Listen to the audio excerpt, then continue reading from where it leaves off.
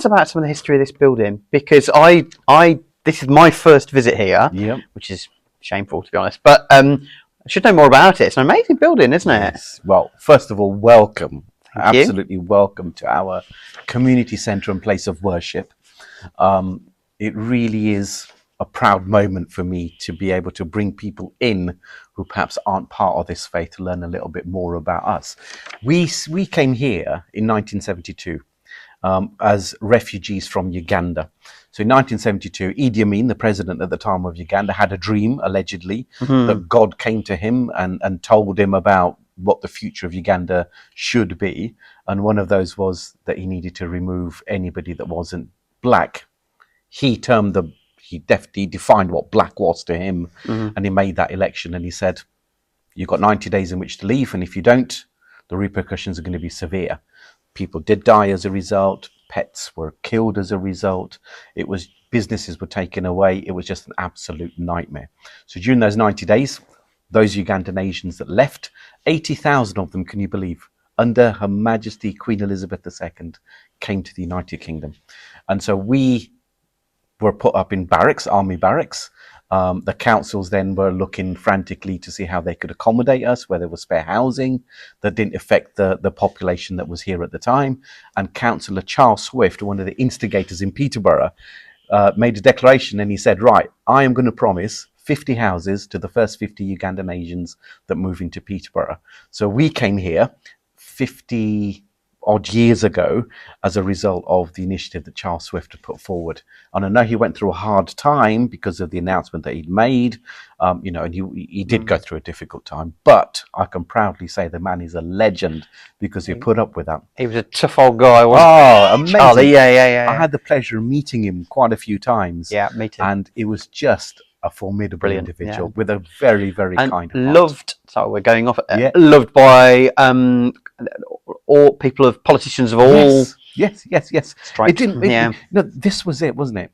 It's the caliber of the man that shows that it was him that was respected, not the party that he was belonging to. And that's the legacy that I think we should be leaving, each and every human being. Who am I? What legacy am I going to leave for the future generations? He most definitely did. So we moved here, 1972, and the majority of the individuals had found work. Perkins Engines, as an example, was a big employer. People worked hard. They would get paid on a Thursday. They would then get together. There were worship is working. There weren't any places of worship, but what people were doing, they were organizing worship in their houses. And so slowly, the community began to expand.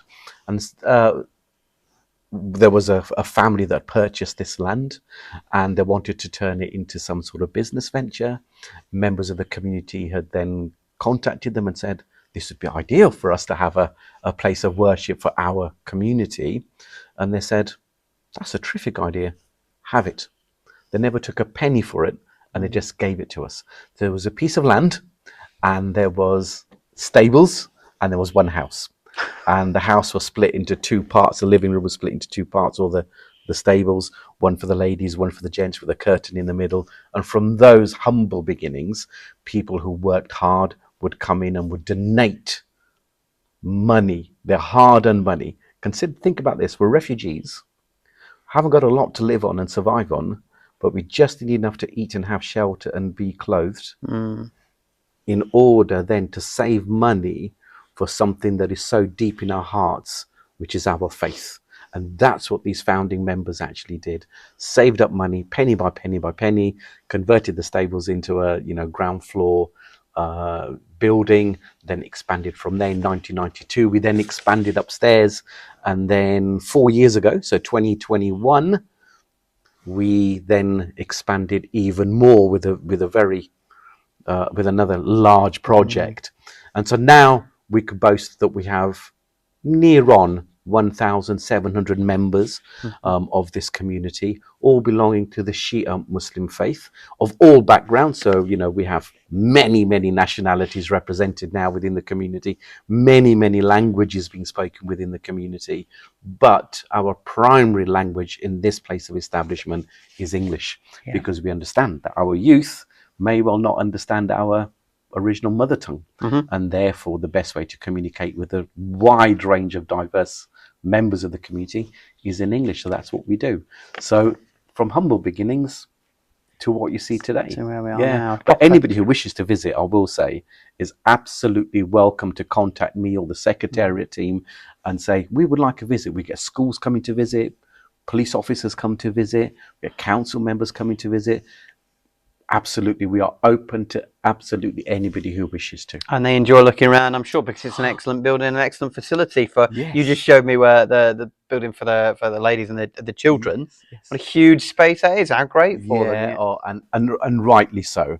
It's only right that we cater for our women and our children, you know, and give them the primary dignity that they deserve, because they're our mothers, they're our sisters, they're our wives, they're our, you know, daughters, and they go through so much in life, and they're the ones that tend to be looking after the children more than the men, if I'm honest. So they're accompanied by children as well, so it's only right they get the bigger hall, and they love it, and like I say, they're the vibrancy of our community. And I always say, as much as I would like to say, yes, you know, we run the mosque, actually we might do through title, but it's the women of our mosque that actually run the community for sure. Definitely. So, from what you've said there, then, and you said obviously everyone is welcome to visit. Yes. Do you think, looking at the political landscape, do you think people would be surprised by a building like this, about how welcoming it is? The fact you said there that you speak English is the first. A lot of misconceptions, right, in the world. Yes, I agree. I think there will be some people that will be surprised how open we are, how welcoming we are, and what we do, because I think that's really important for them to understand who we are as a community. By talking, by engaging, by effectively communicating with each other, we can break down barriers, myths, rumors, find who the real I am. Let me find the real who you are, and I'm sure we will find a connection, and we will find that connection where we will feel we have mutual respect for each other. So by all means, absolutely agree with you that yes, but with the climate that we have, there will be people who will be surprised. Because I think social media has a lot to answer for. I think the negative written part down of later. social media. Sorry, Carol. We do have positive social media for sure, and it's a great thing. But unfortunately, some of the negative things that we do see and come through some feeds is just horrible and untrue. And this is one way of us breaking down barriers. Yeah, but where's all that coming from? Where's all the rhetoric about it coming from? About some of the things that we see that are untrue. Where do you think it's? Do you think it's a reflection of society as a whole being unhappy about all sorts of things in the world? I think that could be part of it. I think as a society in the United Kingdom, perhaps we are not seeing the silver lining in every cloud. We are seeing the clouds, but not the silver lining. And we need to focus our attention on the silver lining so that we can see the positives because there are positives, very much positives out there in those very few negatives. But negatives is what sells stories. And so I think sometimes it's about people feeling negative and looking for that negativity. And that tends to stay longer in our minds than a positive experience. You know, if you're thinking of something negative, you can tell 10 people that your negative experience. If you've had a positive experience, you're only going to tell very few people. And they might not believe you anyway. Yeah. So then, if I was to ask you what the silver lining is, what are the reasons to be optimistic? What would you say? Let me tell you about Peterborough. Okay, so I've been described as a community champion or a community activist with the various pieces of work that I do, whether that be on a voluntary basis or whether I'm being paid to do that during my day job. I can say wholeheartedly that Peterborough has a very united, cohesive community. We have over 110 languages being spoken here. We have near on 100 nationalities represented in Peterborough. And overall, everybody gets on. We just have mutual respect for each other. We might look different. We might have a different dialect or accent or language, dress slightly differently perhaps. And we don't go beyond that in Peterborough.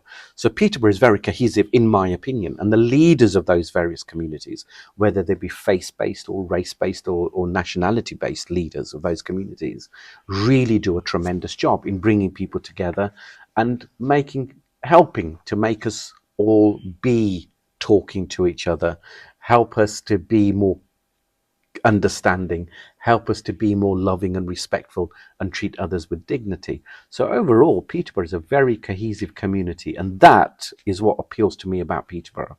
I can talk to you about the cathedral. I love the cathedral. My goodness, the most amazing building that we have in Peterborough, and the people that are there, from the bishop all the way through to the volunteers, absolutely amazing individuals who always have a smile on their face. Or St John the Baptist Church, where Michelle is the reverend there, absolutely a wonderful lady. And the people that are there serving selflessly, again, absolutely amazing. But for me, the charm also rests with the amazing people we have in Peterborough. We're always going to have bad apples in a barrel. That's going to happen. That's natural. We have to have the bad barrels in order to appreciate the good. Yeah. So to appreciate the good, we understand that bad exists, but we're not going to concentrate here. We're going to concentrate here because that needs to be dealt with by other people, maybe the law, the police, the courts, whatever it might be. Or maybe they just need a little bit of a helping hand and support where charities can come in and give them that support.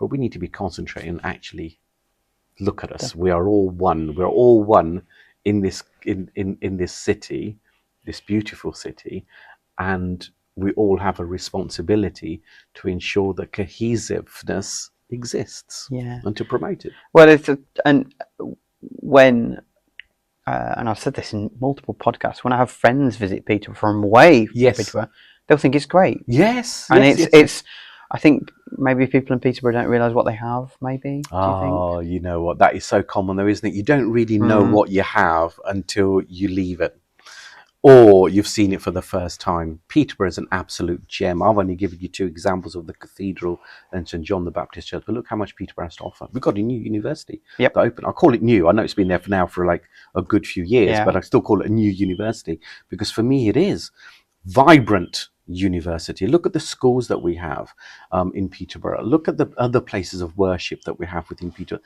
The outdoor open Lido swimming pool. You know, I can go on and on and on. But we don't appreciate it as much because it's in front of our eyes all the time. Go away on holiday for a month, come back. What do we say? Oh, I missed home. Of course you did, because it's a beautiful home. We briefly touched on young people earlier on. Do you think there's enough spaces for young people in Peterborough, in the UK as a whole? Yeah, good question. I think when it comes to the United Kingdom, or certainly Peterborough as a whole, is there more that we can do for young people? Absolutely there is.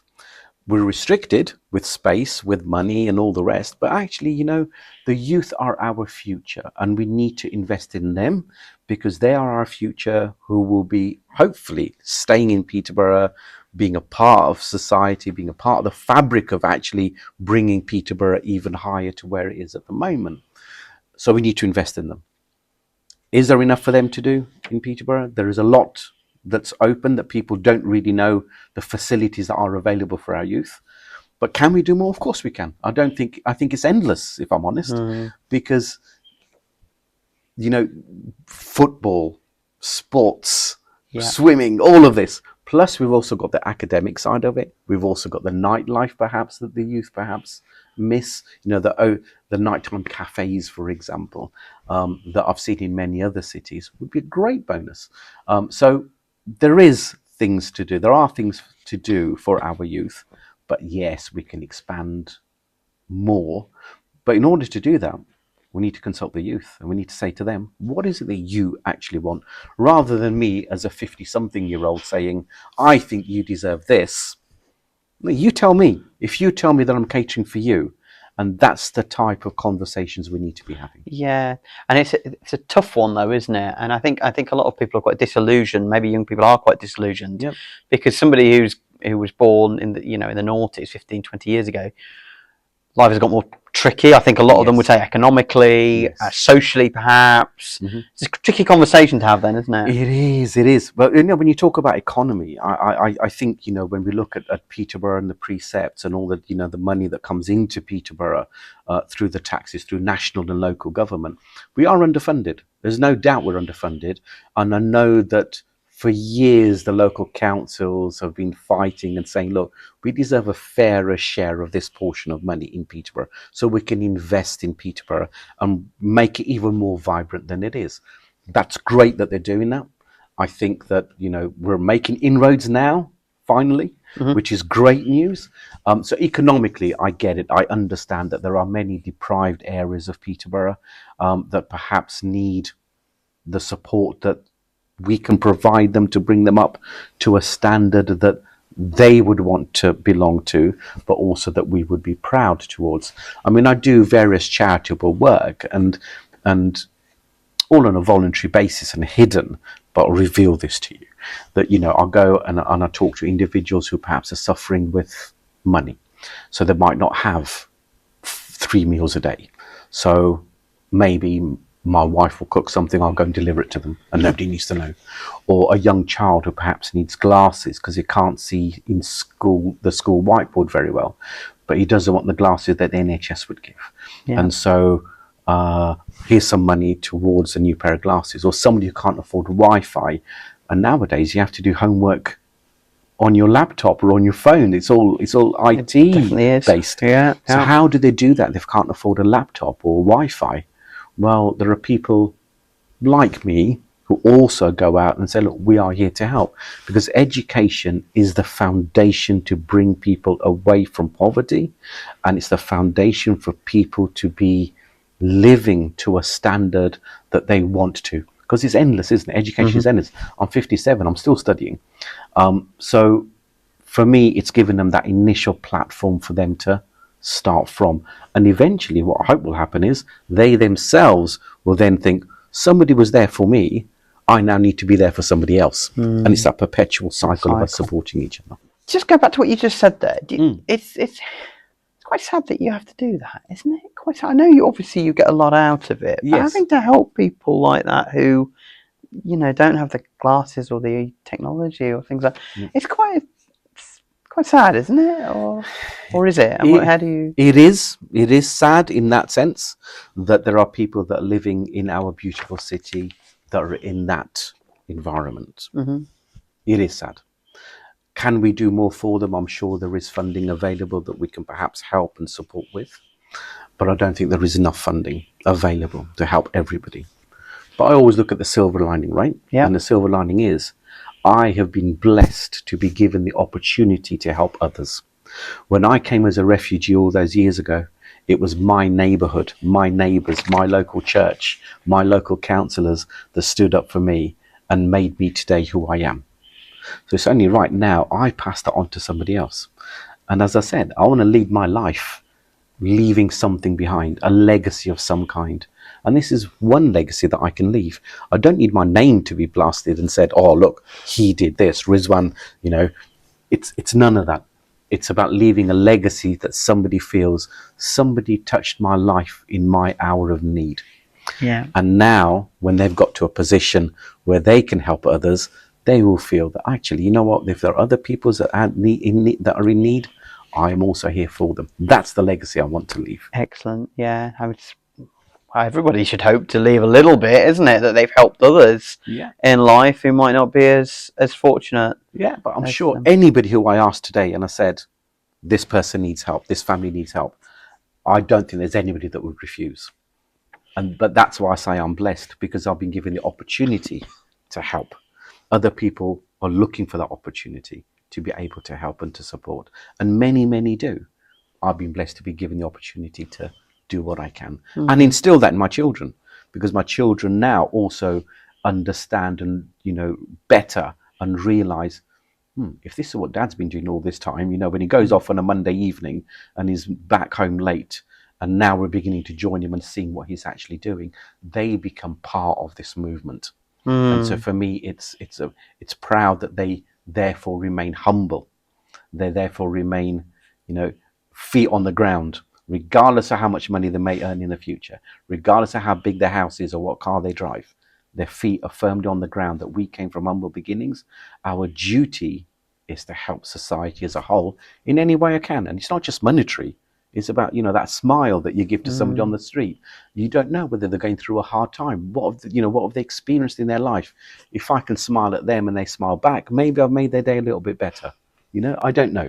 I, that's a great outlook. When I look at your background, because I've got a list of things that you've obviously achieved here. You're in obviously the Interfaith Council and policing and things like. Have you ever thought of politics is kind of missing a little bit? Have you ever just you see obviously communicator? You've probably been asked this a lot, but have you ever thought of going properly into like a council or running for MP or things like that? Have you ever thought of those things? I've been asked that question many a time. Yeah. Which I thank you for, and I thank everybody else for, because it means they've got a little bit of faith in me to ask me that sort of question. Yeah. I have thought about it, but what sort of councillor would I be? I would be a councillor like Charles Swift, I think. Right. The party wouldn't matter to me. It's getting the work done that will be the most important. Okay. And maybe, who knows what the future holds? The door is still open. It is. You're still young. Thank you for the compliment. So the door is open. It's never closed. Never say never. If the opportunity arises, then I would love to one day be a councillor to serve the citizens of Peterborough, for sure. Okay. From what you've said there, then you would. Do you know what party you would be, or am I? I'm trying to. Sound independent to me all the way. All the way independent. Yeah. That would be it. It would be independent, because I wouldn't want to affiliate myself to one corner. What I would like to do is to say, look, I'm an independent. I just want to serve. You see, the implication from what you've said there is that too much of politics perhaps is party led, as opposed to getting things done. Not for me to put words in your mouth. Yeah. Is that fair? You've summed up exactly what I was thinking, but didn't say it in those words. Okay, yes. Well, allow me to be the transmitter for you. But it is true, though. A lot of I'm not talking about necessarily about Peterborough here. That we talked about a bit disillusionment in politics and things, that people don't see the change that they want sometimes, do they? That's right. Well, if you belong to a particular party, you need to follow what the party leader is saying in the main. And that takes away that air of independence in our minds as individuals, that actually, I don't agree with this, or I agree with this, or I want to vote in this way. But because I belong to this party, whatever colour that party is, the leader has said I must vote in a particular way, therefore I ought to. That would go against the grain of what I believe in. Yeah. Because I would like to vote for whom I think is the right vote, where the right vote needs to be. And I need to be mature enough and be accepted as having that much wisdom to make the right decision for my constituents. Therefore, being an independent would be the way forward. Would be the way forward. Okay. I just mentioned a minute ago about policing as well. Do you want to tell us a little bit about your background, because you have sort of connections in various places in policing, don't you, as well? Yeah, so I started out policing coming up to now 24 years ago. It was something I always dreamt of as a child. I think most people think about becoming a policeman when they grow up. It was a dream that I had. I couldn't, unfortunately, join the constabulary as an officer because of my underlying health reasons. Okay. So the next best thing was for me to become a civilian member of staff, where I'm not on the front line, but I'm still part of the policing family. It took me quite a while to convince my father that that's what I wanted to do. He was convinced that it was the right thing for me to do after my mum had spoken to him and said, he's passionate at doing this. He's talked about this since the young childhood. It's a dream of his. Let him join and get it out of his system. And I got the blessings of mum and dad, which was the most important thing for me. Once I've got their blessings, I applied, I got it, and it was the best interview I've ever attended. It was just a conversation. Yeah. They were testing me, but I didn't even know. It was a conversation. We're testing my competencies. I just felt as a conversation. It was amazing. I joined as an IT trainer at the time. So I did that for about 18 months. And then from then on, I moved on to leadership, management, supervision training for sergeants and inspectors. I've then moved on to organizational leadership, again, teaching sergeants and inspectors things like critical incident management or missing persons. Wow. So I'm making a difference. So I might not be on the front line doing such, this, yeah. but in the background, I'm helping sergeants and inspectors to be competent in doing these things. But it's opened so many doors for me. It really has. An amazing organisation to work for. Have I gone through bad times there? Of course I have. There's no denying that there has been some very difficult times in the organisation, but overall it's been very positive, and it opened a lot of doors. I was a volunteer presenter at the senior leadership programs where our superintendents and chief superintendents attend in the College of Policing. Amazing. I got the opportunity to go to Austria for a few years for 3 or 4 days at a time, subsequently for 3 or 4 years, at the senior command course to talk about diversity, inclusion and fairness to all the commanders representing 18 European countries. Now that's a privilege and that's an honor. These doors open for me, and for that I'm always going to be grateful to the organisation for. It's because it's viewed, obviously it's a difficult job working in policing, also one where it's difficult to sometimes get people to become police officers as well. Is that fair to say? And you can see why, I guess, in some regards. I can see that for sure, that there will be hesitancy for people wanting to join the police, for lots and lots of reasons. But I've also indirectly helped with the recruitment and selection process in the years that I've worked in the organisation, especially when it comes to taking the organisation into the communities and explaining to the community youth that actually this might be an organisation that you would want to join, but you don't know that much about, or there might be a little bit of resistance from certain quarters. So it's about breaking down those barriers, talking to those individuals and saying, actually, this is who, come and see us, come and see us, come and see what we do. Policing is unique. Just within policing, there are over 80 roles that somebody can do, whether that be the detective route, whether that be working with dog section, whether that be working with traffic, 80 different roles. So it's not just about actually policing on the beat as it used to be. There's all of this that happens in the background. And for me, if people really knew what policing was about and the great opportunities that are available out there, come in with their eyes open, but come and join, or at least join as a special and get a feel of it. And then from there, you can make a decision whether you wish to join permanently or not. But remember also, now we have so many different ways of entering policing. You have the direct entry. So you can come in if you've got a degree of some kind, you can come in directly at a particular grade. You can come in as an initial officer, coming in through as a police constable, working through your ranks. You can come in, hopefully again, as a PCSO, or you can come in as a degree entrant. So we will give you a policing degree once you've joined. So all of these opportunities are available. I don't think we shout out about it enough. I don't think we advertise it enough. We ought to, and we ought to bring it out into the communities rather than perhaps relying on the communities to come to us. Yeah, it's that, because you just said that we probably don't do it. I mean, it's generally, and I'm going to get shouted at about this. Peterborough is fairly safe, and that's because a lot of I know there are one-offs. What happened on the train a month or so ago, and these things will happen. But I would say Peterborough is pretty safe. It is. Safe place. Absolutely is. In my opinion, certainly again, I think Peterborough, the cohesiveness that we have in Peterborough, the gang culture, for example, limited. County lines exists, but limited. We don't really see that much crime in Peterborough, and where we do, the crime seems to be, less, of a lesser degree.